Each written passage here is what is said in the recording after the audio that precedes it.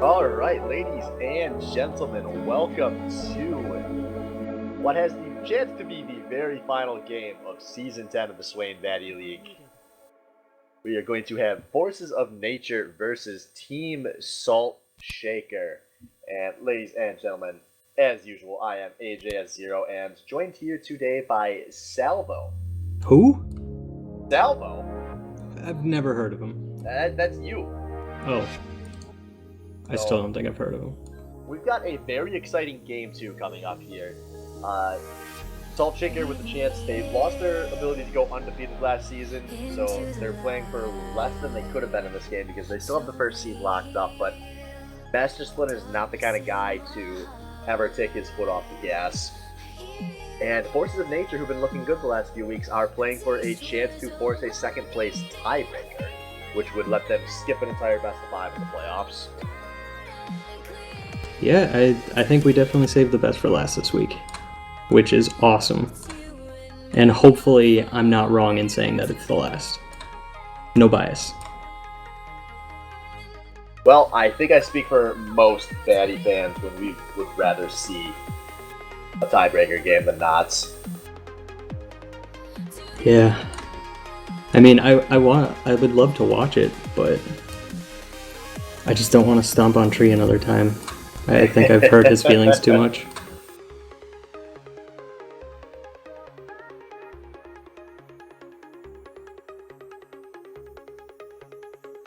Alright, so we're waiting on the stream? Yeah, we're waiting on the stream to add the person streaming.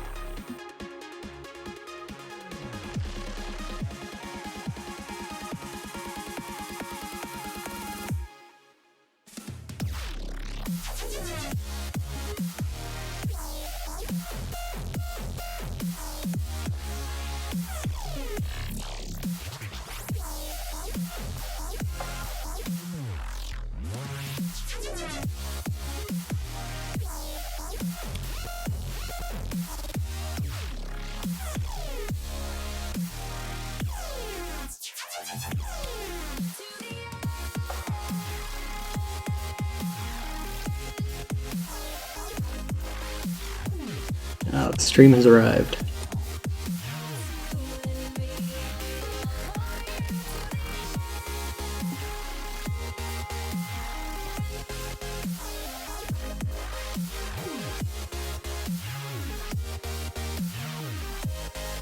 I'm really hoping tonight is one of those nights where Mick just rolls the d20 and it lands hard on the 20. I want to see what happens when full crit Mick goes against Splinter. It just seems like it could be a really good matchup, if not, at least interesting. Yeah, that's really the one thing Nick has been missing as a jungler, is he hasn't had one of those just crazy hard carry games he used to be prone to having as a mid laner, and there would be nothing more Mikuro than to just go off matched up against Master Splinter. Yeah, I mean, I don't want to sell him short. He's definitely had some really good Gragas games where his barrels have been super on point, but I can't say that we've seen him hard carrying to victory. Oh, I definitely agree completely. It's unlike most of the teams he's ever been mid laner on, he doesn't need to be the hard carry for this Forces of Nature. Lavur and Tree have been doing a very good job. Dan has been very impactful. Mikuro is most effective being a more supportive role. But that doesn't mean it wouldn't be fun just to see him go nuts for a game. Yeah, and it's unfortunate that Devourer is currently unavailable because I know he practiced Yi a lot off and on throughout the season. And I think that would be the perfect time to bring it out is right now. But unfortunately, Rito OP.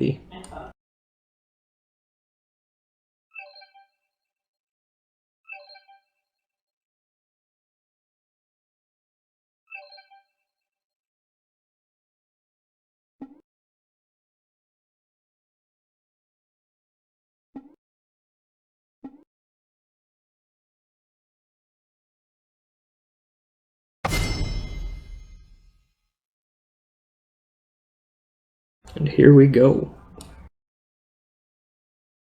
Alright, into once again, potentially the last draft of the season. And the first ban going to be Malphite being taken away from Scotchanaut. I like that ban a lot. He's been playing a lot of Malphites.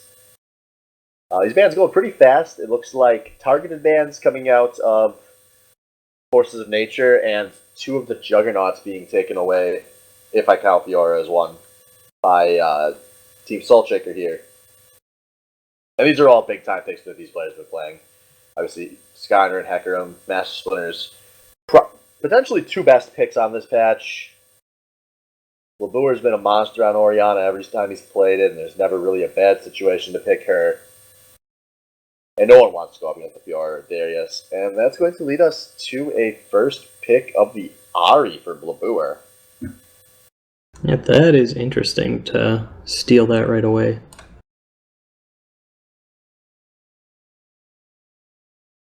I wouldn't really say that Ahri's been a huge pick for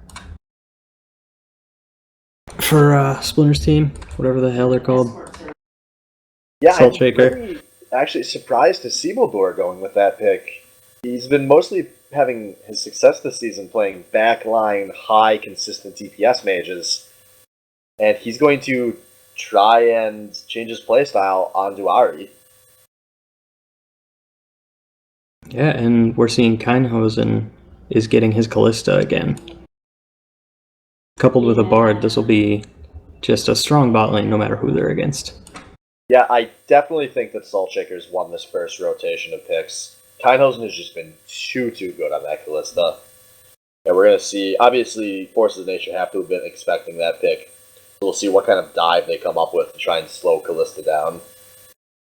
Yeah, if anyone's going to give them a run for their money, it's going to be 30 and Tree. I'm really interested to be watching bot lane all game. 2 very aggressive playstyles. Yeah, it looks like staples coming out for FoN here. We got Mikaros, Gragas, and 30's Nautilus. And that's definitely a good way to start getting onto a Callista. You can chain that depth charge into an explosive cask to really screw up Keinhosen's day. Yeah, and they're showing not only a lot of pick potential, but a butt ton of mobility as well for Forces of Nature. It'll be interesting if they'll be able to actually pick off the main targets early enough to make a difference anyway.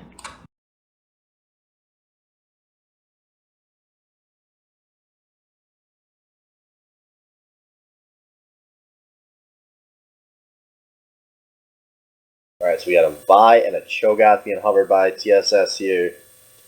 I'm guessing we're probably going to see those picks locked in. Mitsurugi, big fan of the Cho'Gath. And Master Splinter seems to be on a little bit of a Vi kick lately. I know he was trying to find a few extra chances to play at the LAN tournament this past week. What the fuck? I'm just Dan auto-locked Master Yi. I'm so happy we get to see this. I don't even know what to say to that. That's... You say Victor Yi just locked in Master Yi, and you move on to the greatness.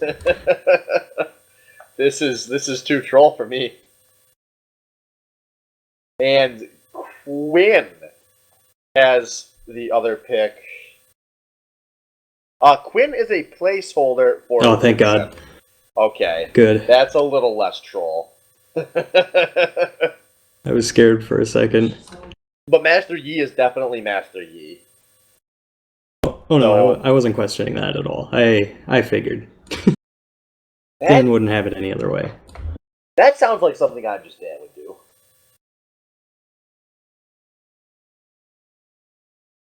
And I want to see how Saltshaker reacts to this one.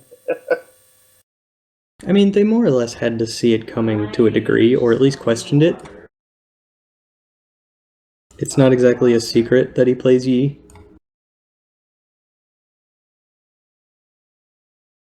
And we're going to get a nice Garen hover coming out of Scotchanaut here. Gonna get one last chance to play that old dirty Garen before he gets nerfed pretty big in the patch tonight.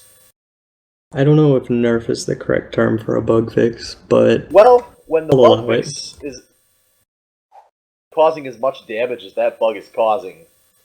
To those of you that didn't know, Garen's spin is currently bugged out to cause it to deal 1% of Garen's health instead of the target's health, which is pretty substantial for a health stacking champion that tends to end up on the opposing backline.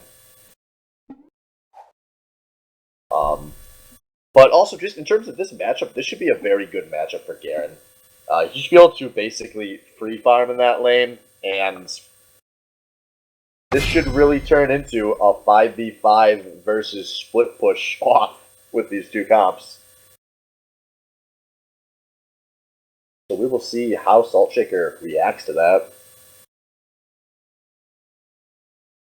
I think it was a bold choice picking Lucian into Braum, though. I'm still not quite sure what's going on with that pick. I know it can still be really useful, and I know Tree's been practicing quite a bit of Lucian, but I always just hate seeing Lucian ulti go right into a shield. He has been practicing, but this is his first time playing in the SBL, and that's very different than the other picks Tree's been playing.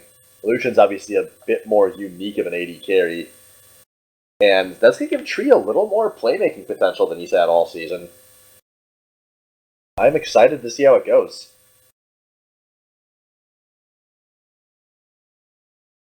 Yeah, hopefully it works out for him. I want to see a very interesting bot lane.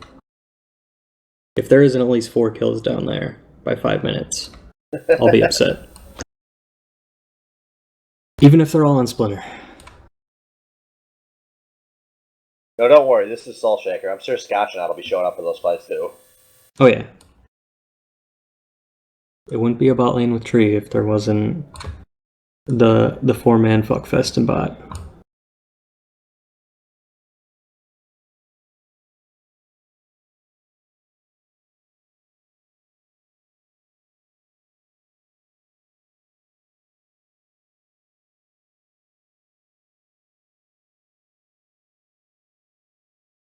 So, Mitch got Cho'Gath again. And with that, that means that while they do have some good damage on Saltshaker, they are also going to be entirely too tanky. Yeah, they're going to really be relying on Kalista to deal a lot of good DPS in team fights, but I think there's a lot of ways Saltshaker can play this comp out. I think the Cho'Gath, especially the Garen, does a bit more damage than people realize. But it's going to be very, very much on Kainhozen not being caught out. But if this turns into just one of those classic, the two tank lines run at each other and the carries see which tank line they can take out first, if Saltshaker can force those kinds of fights, I think they'll be in a good position. But they will definitely have to watch out not to fall too far behind early at all, or else they're going to have a real rough time.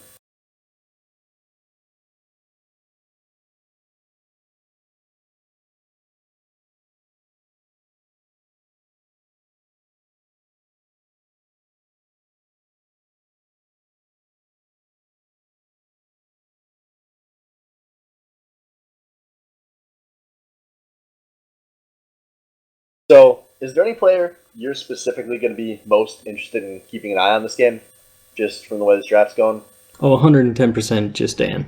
I mean, it has to be, right? It's Master Yi in the top lane. I mean, it's not only an interesting pick, but it could go pretty good against Garen if played right. I'm interested to see what happens there. I'm hoping that top lane is an island, and Splinter and Mick aren't just constantly up there. I want to see what happens. I mean, I think that Scotch should be able to win that 1v1 pretty handily if that's what happens. Garen excels against anybody that has to stay in his face to deal their damage, and, well, that is Master Yi. It depends on how well he farms. I think with a little bit early enough attack speed on Yi, the true damage could kill Garen. Before 6. After 6, if he's the villain, he's fucked. There's no chance. Well, I guess we will see. That being said, I do think we will most likely see Master Splinter up there a decent amount. I imagine that Master Yi is going to be pushing that lane somewhat often, and he should be fairly vulnerable. But also, Master Splinter is going to want to make sure that I'm Just Dan just does not get that snowball rolling as Master Yi. Yeah, they can't afford the Yi sets. One of the first lessons you learn in League of Legends back in Season 1 was just don't let Master Yi get going. And that hasn't really changed. No. Riot's made sure of that. Even when he starts to drop off, they're like, yeah, you know what, we're going to release this thing called Devourer.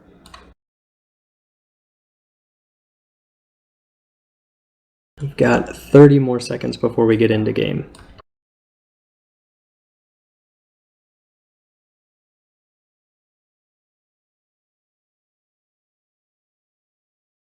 Yeah, I don't know what else there really is to say how these teams. Well, I've pulled up the LoL Nexus here, and the first thing that I notice is that Forces of Nature officially have 4 plats on one team. I don't think that's ever happened in the SBL. No, I don't think so either. I mean, the ranks have slowly gotten better over the years, but in terms of individual Tree play just level, hit it. Yep. So they did have 3 all the way up until this last week. And I'm Just Dan, I believe, has been flat for most of this season, although I believe he did hit during the season. Yes. Which was the first time in flat for him as well. And I mean, Forces of Nature are just showing week in and week out. If you can have a high average skill level with no weak link, you will be a very, very competitive team. But then again, this is Team Soulchecker we're talking about, who, until about a week ago, we were wondering if they could ever lose at all. I had no doubt in my mind. When it was going to happen was the real question. I assumed playoffs, but you know, jinx.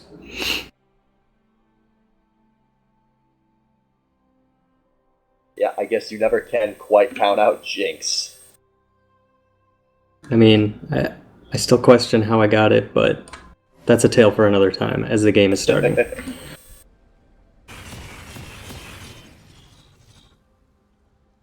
Alright, so we'll see if anyone does anything fun with their buys here. Oh, their animations are all cool. They've got the project teleporting in. And kind of isn't walking out of base without spending. We'll see how quickly he notices that. Dude. Invade strats. And this could actually be pretty major if Kainozen doesn't notice this in time to get to the lane with the Dorans. I'm also not seeing the arrow in his inventory, though. I guess that's just gone? Okay. Yeah, he used it. And Mitsurugi, a good invade coming out of Forces of Nature, going to force a flash onto that Shogoth, who is suddenly going to be looking very, very vulnerable in the mid lane. And by the way, Kainozen is recalling, so it looks like he did catch that mistake, whether it was him or somebody on his team doing so. Dang. And FoN going to just get some nice forward wards going and then start backing out.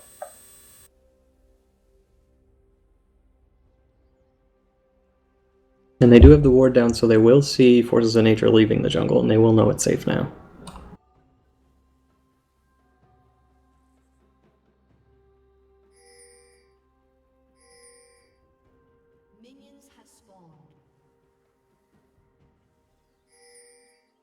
They're going to want to remain careful, as they did just see Braum leave not 15 seconds ago. Yeah, it looks like Team Saltshaker are going to do Master Splinter's favorite starts, where they give Gromp to the bot lane, and then the top laner stays to clear blue buff before teleporting to top himself. So this will either give Kainozen level 2, or A Million Babies and Kainozen will both be very close to level 2. So we'll see if they make any play in that lane when they first get there. That's interesting. And on the other side of the map, I'm Just Dan started with a camp of his own, so he's going to have a level advantage in the top lane.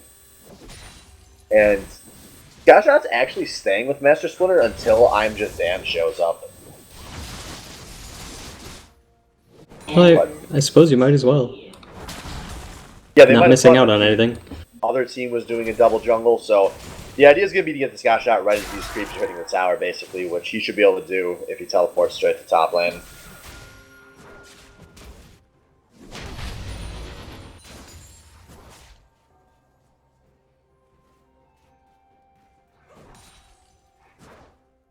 Otherwise, we see Kainos and a Million Babies using their level 2 nicely down the bot. They're getting a little bit of a push going. And this is a lane, this bot lane has a chance to be really, really action-packed. Yeah, we've already seen Tree get dropped down to half once. He's used his potion this early in lane. Yet despite all that, not much of a CS advantage going to Kainos. Oh, very close hook. Wave. Oh, but actually a lot of damage going on to 30 and a great unbreakable will out of a Million Babies. And 30 is going to try to chug some pots here because he wants to eat this EXP under tower, but he's not going to be able to do much. Meanwhile, Alpha Strike down, Master Splinter coming in below I'm Just Dan in the top lane. And Xmas Tree gets a nice solo trade going. In a 1v2 trade, he forces a pretty much equivalent health loss there. Although Kainos does have a health pot to still use. Oh, but Dan's still pushed up on top. And now here comes Master Splinter charging the buy Q. Meanwhile, in this bot lane, Kainos gets hooked. Xmas Tree going in, but the unbreakable Heals will doing a lot. Exhaust on the tree. Heals blown and exhaust. That is not enough to kill the tree, though. Meanwhile, in the top lane, Mikiro coming up the river to try to get the I'm Just Dan. He's going to make that a successful disengage. Okay, that was an interesting bot lane, but how the fuck did Dan get out of that? I need to rewind to see that magic. He must have just ghosted and ran right out. Well played by Dan.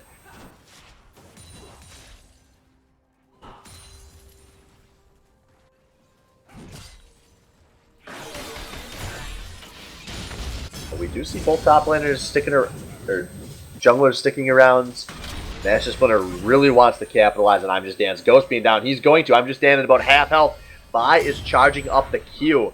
And I'm Just Dan just trying to juke and waste time for Mikiro to get close. And now he's going to Alpha Strike away. He's going to see if he can run out of this. Mikiro tosses the barrel in, gets the stun off. I'm Just Dan has to be flashed on by Master Splinter, who's going to get first blood for TSS. Well, I guess you can only do so many magic tricks in a day. Splinter absolutely making sure he gets the kill in top. Never one to waste his time.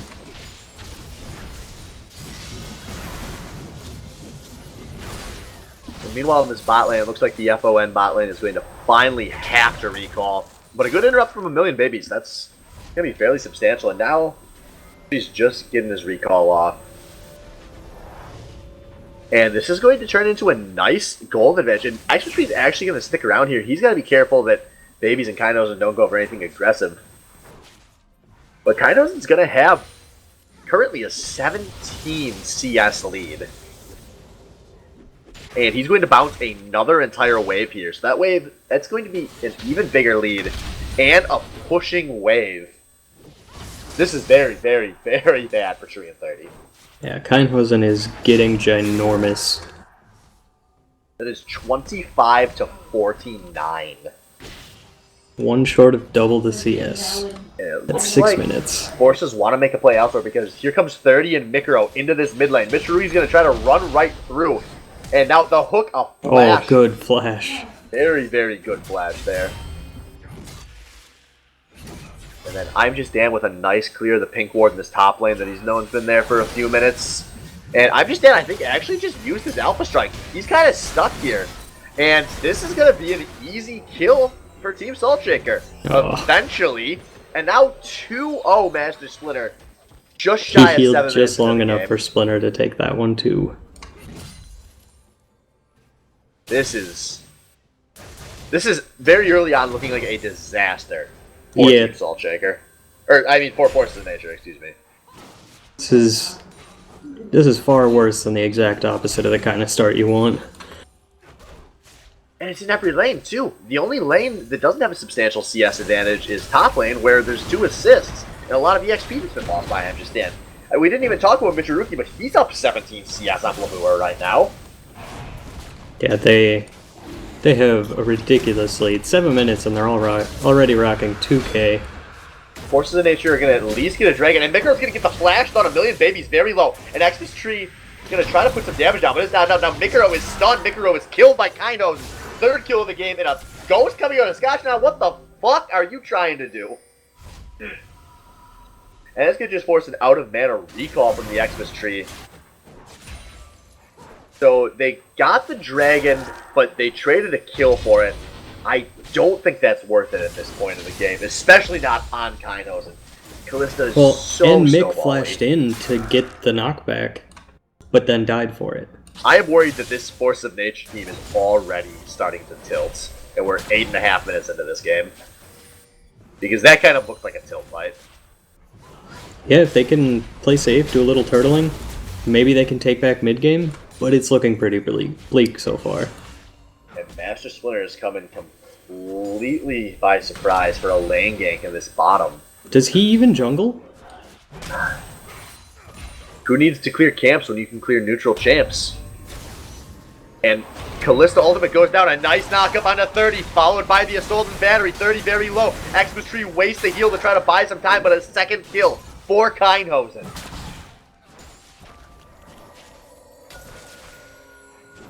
And there's just nothing Forces of Nature can do about that. This is just... Yi does still have a teleport. If they really wanted to try and make a play, they could. Until Scotchanaut does that, oh then my, never mind. Scotchanaut pops the ultimate. I'm just Dan trying to meditate through it, and Scotchanaut not feeling quite ballsy enough to tower dive. Now we see Babur. He actually spear rushes onto Master Splinter here. He's going to pick up a 1st kill for his team to get something rolling. Well, the dream is alive. But he's going to stutter step here. Now he's getting chased by a million babies of Kainos, and he's taking a lot of damage. A flash ultimate out of a million babies, and Kainos have picked up his 3rd kill of the match, but here comes 30 and Mikaro. They are going to secure this kill onto a million babies.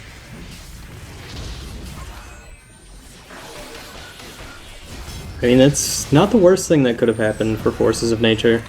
And Dan going in here knowing that his ulti is down. Top lane. That's a ghost down. Scotchanaut being chased, and Scotchanaut being killed.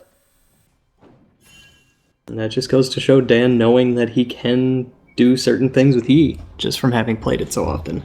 Yeah, that was a very smart play out of I'm Just Dan. He's back in. He's just spent. He knows he has an advantage until Scotchanaut recalls him.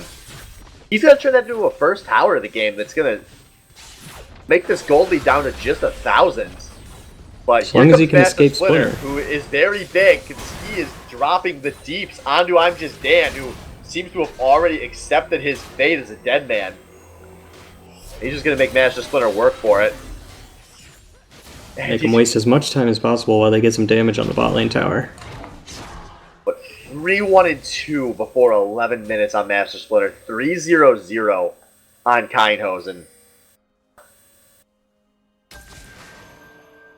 This couldn't really be going much worse so early into this game. So yeah, I mean, they're only 1k gold ahead, but it's all in the right place. Yeah. And like we said, this was a very tanky team that needed to not ever be behind.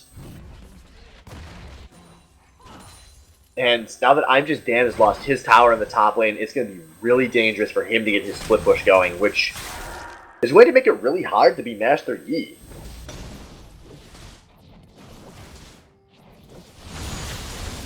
Yeah, this could give him the potential to just farm up, get to that mid-game Yi that he wants to be. But unless he gets the proper wards down, I don't see Splinter allowing that.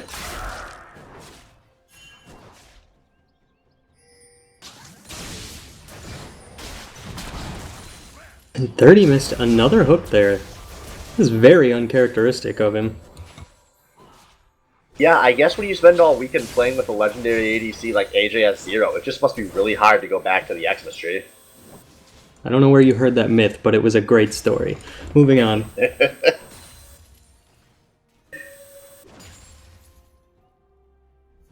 And man, just this bot tower is getting so low. I feel like this map is just so close to being caved in by Team Salt Shaker right now. We've got a minute on the next dragon, so that might be Forces of Nature's chance to get something going here if they can pick a nice fight. Yeah, and if we look at the gold, you can see Callista's already 1600, a whole BF sword ahead of Tree. Tree did just buy a BF sword of his own. Well, I just gold value. Oh, I'm sorry. Yeah, that's unreal.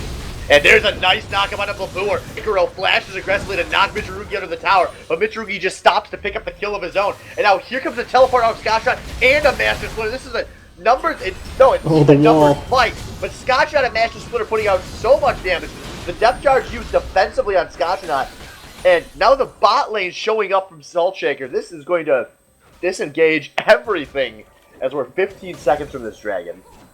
Oh, that was so unfortunate for Blab, too. He almost had a chance for escape, but then the bear pushed the Cho'Gath within auto range, and it was all over. No question. We'll see if Forces of Nature try to challenge for this. There is some decent amount of health missing from Scotchanaut and Mitsurugi right now. And because Forces of Nature are really playing like they want to engage us. Now, Master Splitter's going in. He's pretty far ahead of his team right now, but it doesn't seem to matter. 30 very, very in danger. And now a great knockup from Million Babies, but Mikuro gets turned on. Mikuro, the first victim of this fight. And now Blaboo caught out. Master Splitter with the Shaker, and Salt Shaker is flashing forward before finally turning back to take the free objective at Dragon. Oh, so Blab wasn't even in that fight until the moment you saw him die. He spent all of 3 seconds anywhere near his team. Unfortunately, he was still coming back from his last death. Yeah, this is about a 4.5k gold lead now at 14 minutes. I mean, if WCF and Thomas the Dank Engine were to have played a game today, it would look almost this bad. Yeah.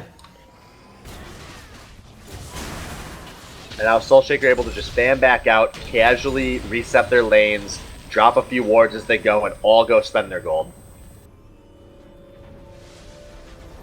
Yeah, and 2,000 for Callista and Cho'Gath to be spent. I just don't know where the opportunity is going to come for Forces of Nature here. Xmas Tree going to try to make a play on the Mitsurugi, but going to take a little more damage from the tower that he deals out.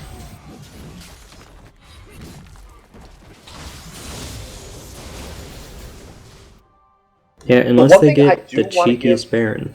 Forces of Nature credit for here, they have a ton of vision up in the general mid-vicinity. A lot of pinks down. A lot of teams, when they're losing every fight like this, do not have that kind of vision established. And that will give them the chance to make some picks happen, because when you have an Ahri and a Nautilus and a Gragas, you do have a lot of pick potential. But man, they are going to need one of those picks to come a lot sooner than later to start turning this game around.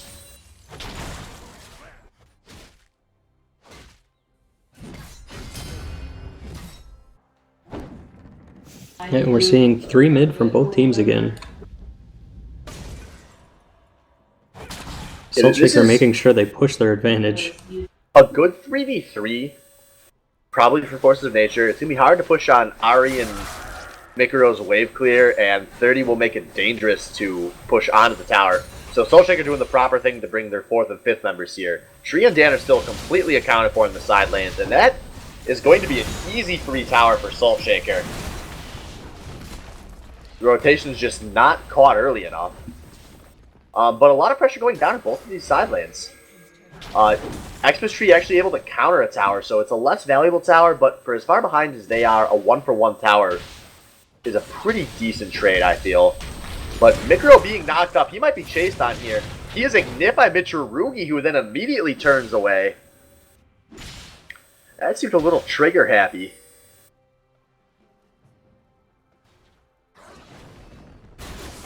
Yeah, at this point, Forces of Nature just need to finish their first item or two, just so they can have any kind of impact on a target. Because as it sits right now, they're doing nothing. If they find somebody mispositioned, they need to be able to 100 to 0 that person.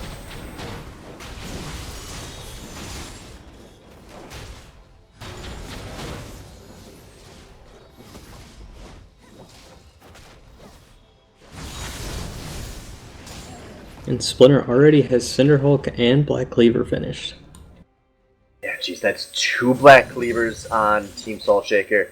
When they 5v5, Kindhosen is going to just be shredding apart anyone he gets his hands on. And Xmas Tree gets knocked up, and jeez, 2 moves out of Mitsurugi, and Xmas Tree loses half of his health bar.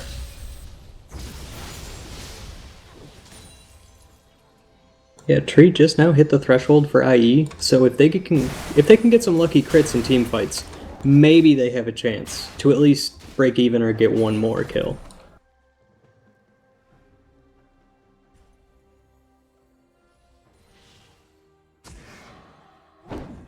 So I will give Forces of Nature a little credit here. They have slowed the bleeding a lot in this past few minutes. We'll see if they opt for another dragon fight in 2 minutes. But Salt Shaker's slowly establishing some nice vision zones.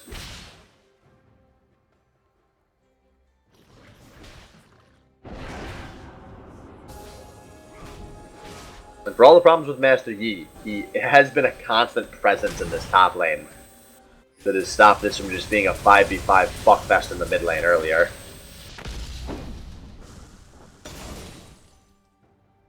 Yeah, he's at least making himself relevant.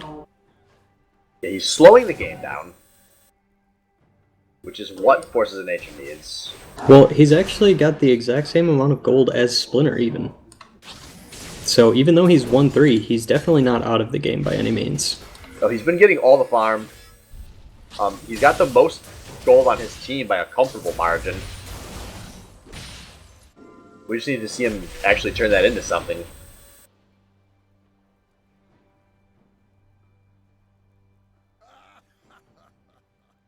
Mick with the BM laugh.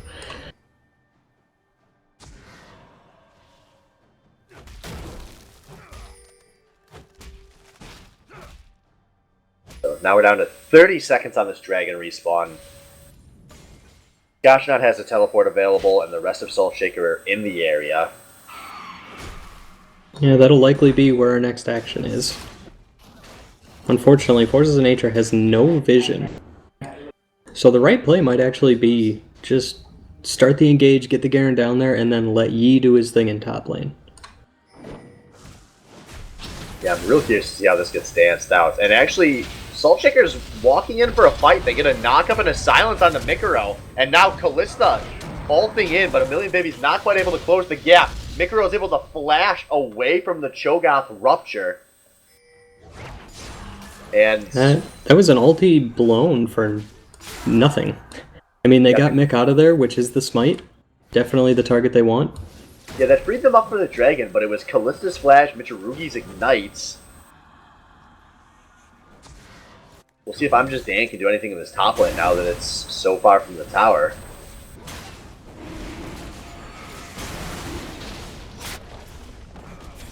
And A Million Babies and Xmas Tree dueling in the mid lane.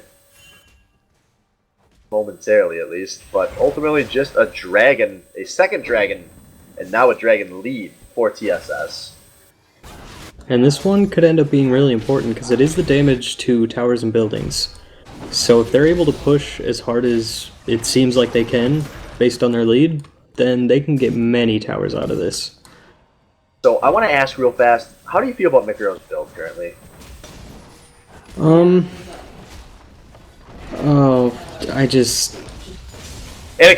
calling that a build? But it only knocks Kindhosen sideways. I'm Just Dan. Teleport does not go off. Cancels there, but the fight breaks out anyways. Mikuro knocked up and knocked down, and now Master Splinter going super, super deep onto the Xmas Tree. Exhaust on the Master Splinter going to stop this fight. And Dan was on the side looking for the flank, but turned away as soon as he saw that the fight was over. Yeah, he canceled that teleport, and then they fought anyways. That just looked like some major miscommunication. And that's not really something that's FoN can afford right now. And it's not something that we're used to seeing. They've been very good about communicating where to be, what objectives to take, and when to do it. Yeah, I just wonder how their mental game is holding up, because it is draining to be behind from so early and to know the enemy team has kills on their two best players.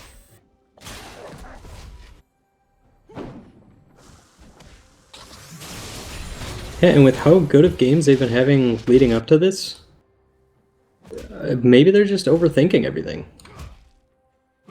Or overthought everything going into the game. It definitely could be the case. But I do want to give some credit to Team Soulshaker here. It was easy to criticize them the last few weeks. Obviously, they lost their first game last week. They had, we all know what mid lane Tryndamere came incredibly close to doing to them the week before. But this week, they are looking incredible. Just ever since Xmas Tree's come back from his moving-related break and readjusted to playing competitive League of Legends, Forces of Nature's look very good. And Soulshaker is slowly but surely clearing the floor of them. And both ghosts popped by these top players. Very aggressive from I'm Just Dan, who is going to be assaulted and batterized into Master Splinter's 5th kill of this match. Yeah, and I think he could have had that too. It looked like Scotch was definitely taking the brunt of the damage. Wouldn't have been able to get away in time. They both had Ghost going. Yi clearly had the higher move speed. But Splinter just always being in the right time. There was just no vision in there. I don't know how you can feel so comfortable going that deep into an enemy jungle with no wards when you're behind. Just E things, man. Just E things. I guess those are just E things.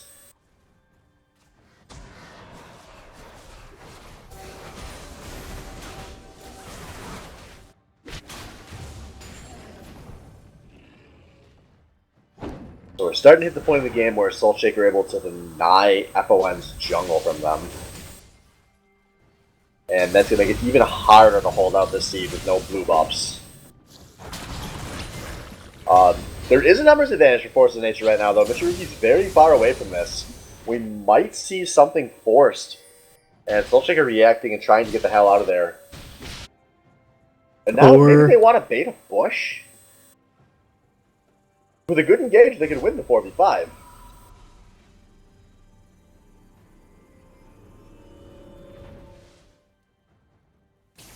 Just a lot of dancing around here.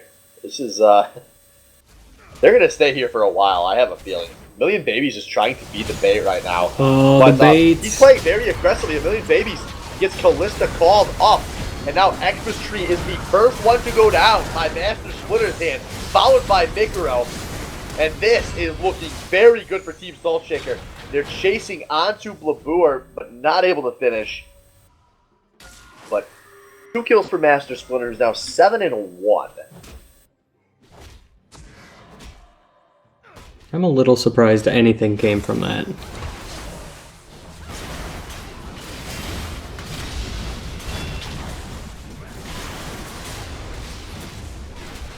It looks like they're just going to trade mid-tier 2 for this Baron since they can't do anything about it. Yeah, I don't think Team Soulshaker is going to be too upset about that trade. No, they definitely need the gold.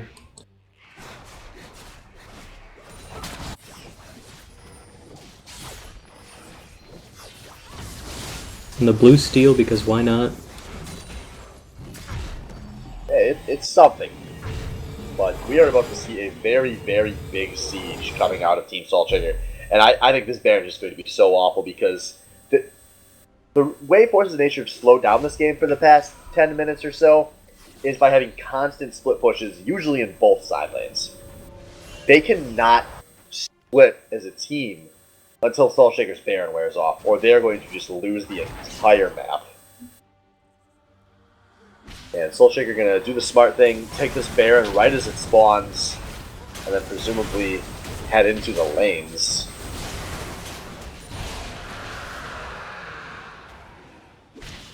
Or they might just try to clear out these side lanes fast. These are big waves.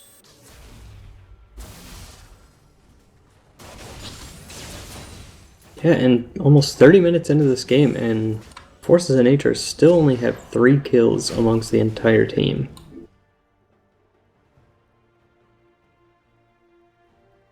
I'm a little shocked that it went this poorly, honestly. Has gone. And Mick being caught out again? Breaking out in the jungle here. Tree wants to back his man up, and an explosive cast can actually really separate a million babies, who gets outed by Callista. Well, they did at least manage to save Mick that time. But that is 2 big ults out, depth charge and the explosive cast. It's gonna make it very hard for them to make any play under this turret. Now the culling is down as well. I mean, look at how much effort they have to commit to killing one of these creeps. They're just dealing so little damage as a team.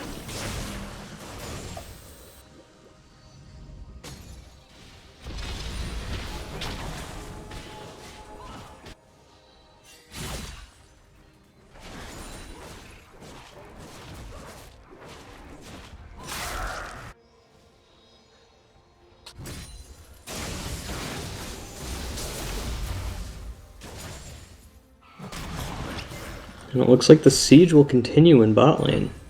Yeah, this has actually been a very passive play out of this siege. They haven't actually damaged this bot lane tower yet. And we actually see Nash Splitter opting for a gank onto I'm Just Dan instead of staying for the siege. Assault and Battery in the middle of the Highlander. I'm Just Dan trying to meditate through. Once again, not going to succeed.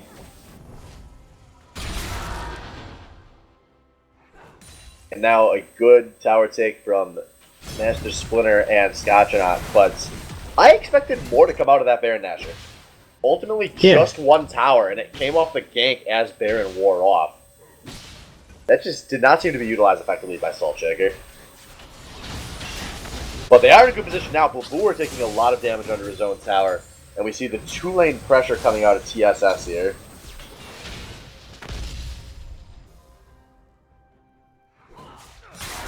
We'll see how long they keep this pressure up. They do have some members sitting on quite a bit of gold here. Kaino's at 3,200, Scotchanaut at 2,400. Everyone else over 1,000. So Salt Shaker might want to recall and do a nice team spend here. Yeah, and the gold lead is now over 10k for Salt Shakers. But for a Baron Nashor happening, that was, I mean, not best case scenario, but it was definitely good case scenario for Forces of Nature. Yeah, I can't believe it didn't turn into some kind of inhibitor. At least an inhibitor tower. I agree. So while we have a little downtime, let's reassess this Master Yi. This has been bad. This has been really bad. And I hope it doesn't get picked again in the playoffs. I'm Just Dan has normally been playing laning phase bullies that transition into good team fight champions. You know, his Wukong and his Fiora have been 2 of his staples this season. He's also played some very good Shen. Master Yi doesn't do any of that stuff for his team. And it's really looked like Forces of Nature have missed that, because instead of Dan teleporting into the bot lane and making a play, he's just 1-5-0, trying to sadly create a limp dick split push in the top lane. And Braum just stole the Krug. Yeah, I expected a lot more out of this Yi, considering how much he's played it, but he also didn't do himself any favors by picking it blind, really. I mean, not that he had a choice but to pick blind, but if you're gonna do it, I feel like Yi is a terrible choice for it. Oh, I agree. So many things can counter it. And Scotchanaut, look how much damage he gets off when these 2 champions actually get in each other's faces.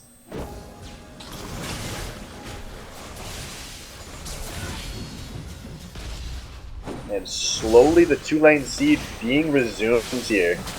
Forces of Nature hoping a miracle play can happen.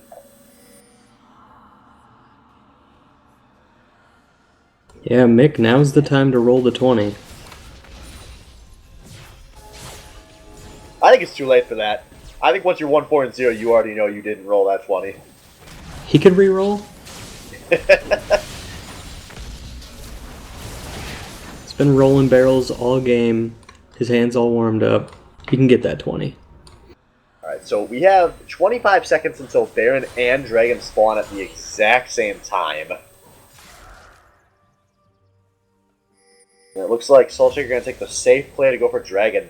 But Scotchshot's kind of in no man's land here, and it doesn't seem to matter. He's just straight 1v4 and puts down a ton of damage onto the Xmas tree.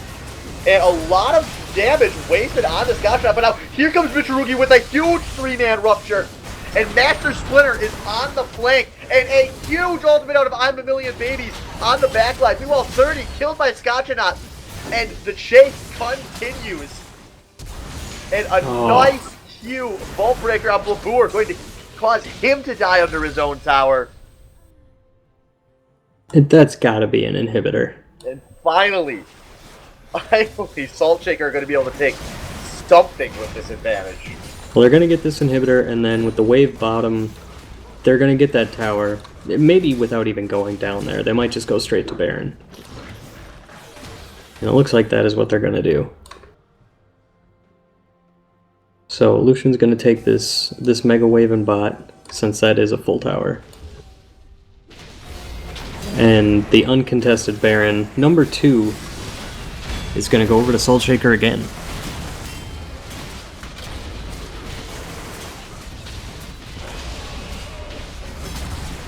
And we're back at it for another round.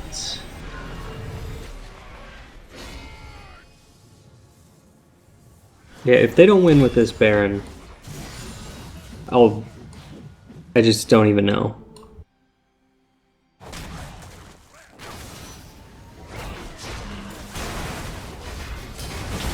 They're up 13k gold now. Gonna go for a nice safe dragon, then everyone's gonna spend 4/5 of TSS over 1700 with Million Babies at 1400 as of that recall. And I think we're going to see a nice push into this bot lane.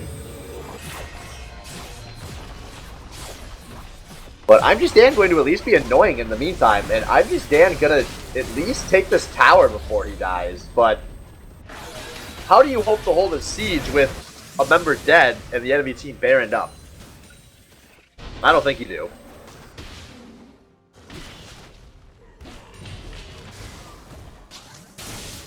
Bro, I'm just gonna hang out and help with the Krug. What a nice guy. Knowing they're behind, giving a little bit of love to the enemy AD carry. Now that's a fucking support. And it actually looking like a bit of a split push. Scotchshot coming for a deep flank. There he has to use depth charge very defensively. But Xmas Tree running for dear life. And he is not running fast enough. That damage is gross. Ladies and gentlemen, Bugged Garen. Yep. And geez, the inhibitor tower going down so fast. That is an inhibitor and a second inhibitor of the game. Master Splinter, meanwhile, has a huge amount of damage onto this top lane inhibitor turret. That is going to turn into the 3 inhibitor push here very fast. And Ivystand actually with the Highlander is able to solo Master Splinter, but that might not be enough. That might not help them from losing, but I didn't see that coming. No, neither did I. Master E finally did something, but it is a consolation prize because the 3rd inhibitor and the 2nd inhibitor tower just went down, and we see the goof fight coming out here. Knockups after knockups, and finally someone onto this Nexus. And that is going to conclude Season 6 of the Swain Batty League with Team Saltshaker playing one of their best games of the season to knock off an incredible 9-1 record led by 2 of the best players in the league, Master Splinter and Kindhosen, who I am hoping we can pull both of into this booth for an interview. Let's do 1 moment while we get that set. We have to channel the spell.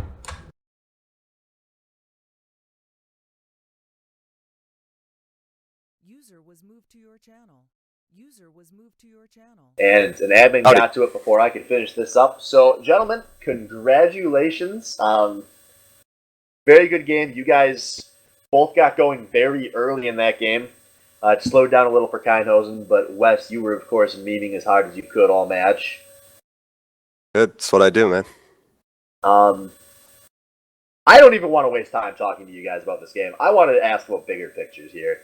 9-1, and in my opinion, you guys are two of the league-leading MVP candidates. How do you guys feel coming off a season where, for the most part, you looked like you had no real flaws? Well, we did have flaws in our early game, and I think this game was probably one of our best early games, and we transitioned really well into our mid to late game, which has been generally pretty good all year. So that was refreshing. But yeah, as long as we clean up that early game, I think we can definitely beat anybody. Yeah, if you play like that for the rest of the playoffs, I feel like there will be no questions. Or sorry, you're one game of playoffs, one series. One series, yeah, because we're first place, so. All right, Don't have to brag. Keinhosen, I know you've been asked about this a lot. There's not much left to say, but I'm going to beat the dead horse a little. 25 cents to a guy who is most likely going to get my first vote for league MVP. What do you have to say to the haters? Not even the haters, the doubters would probably be a better word. I mean, I don't know. I was kind of curious as to how I went for that much at the beginning, but I guess people valued others against me, or maybe just kind of looked past me last season. I hope I made a mark this season. Maybe I'll become worth more in future seasons, but we'll see what happens. It's good that you went for 25 cents. Come on. Yeah. We want you to stay down like $1, and hopefully you get on my team again. I thought I was going to get benched this season just because I went for a quarter. I was salty at the beginning when I thought I was going to get benched. Well, I know there was a bit of controversy with your the you and K King battle until we recently found out K King doesn't exist, so it makes a lot of sense that you've been starting this season. Yeah, that sounds about right. No, kicking. Swift, I think you got to elaborate on that. Why doesn't he exist? I don't think I have to explain anything, actually. Okay. So I don't think half the people get it, but looking forward, you guys have the first seed, which for anyone viewing that isn't completely clear means Team Saltchicker will not play again until the grand finals against either Thomas the Dank Engine, Forces of Nature, or Sharkbait Hoo-Ha-Ha. Is there a team in particular you think you're going to be seeing there in the finals? Probably Dank Engine or Forces of Nature, and if I had to pick one, probably Dank Engine. But I can see those two teams beating each other, so I don't think Sharkbait's going to make it. The Dank Engine is chugging along right now, so we'll see. They're doing well. So, looking at them specifically then, they obviously gave you your first loss last week. If you get a finals rematch, do you think you're going to be able to take care of business a little bit better? Yes. I think last week was, I don't want to say it's a fluke, but it was a lot of things just were not clicking with us that week. Would you say it was your time? My time? It was your time. To lose the game? Yeah. No. Splinter, the joke is you had to go. That influenced a little bit, but our communication wasn't as good last week. It was really improved this week. So, yeah, I think we can take you guys in a best of 5. All right. Well, there you have it, folks. Master Splinter believes his team can win a best of 5 for the first time in his career. So that is going to do it for the regular season here.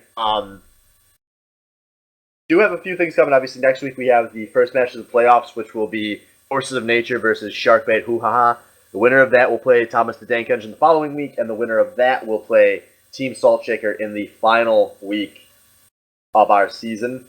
We will also be announcing our Season 6 SBL Awards show at some points, which is, as we did last split, a regular season awards show like any major sporting league. and we can talk about who sucked the most this season. But just as one last breakdown, our final season standings after the regular season is Team Saltshaker in first at 9-1, Thomas the Dank Engine in second at 7-3, Forces of Nature in third at 6-4, Sharkbait Hoo Ha Ha in fourth at 5-5, with the non-playoff teams rounding things out with Guerrilla Radio at 3-7 and WCF at 0-10. And there's been a lot of fun storylines this season, so thank you to everyone that's been playing, to everyone that's been watching, and we look forward to seeing you guys in a week for our first best of 5. Thank you and good night.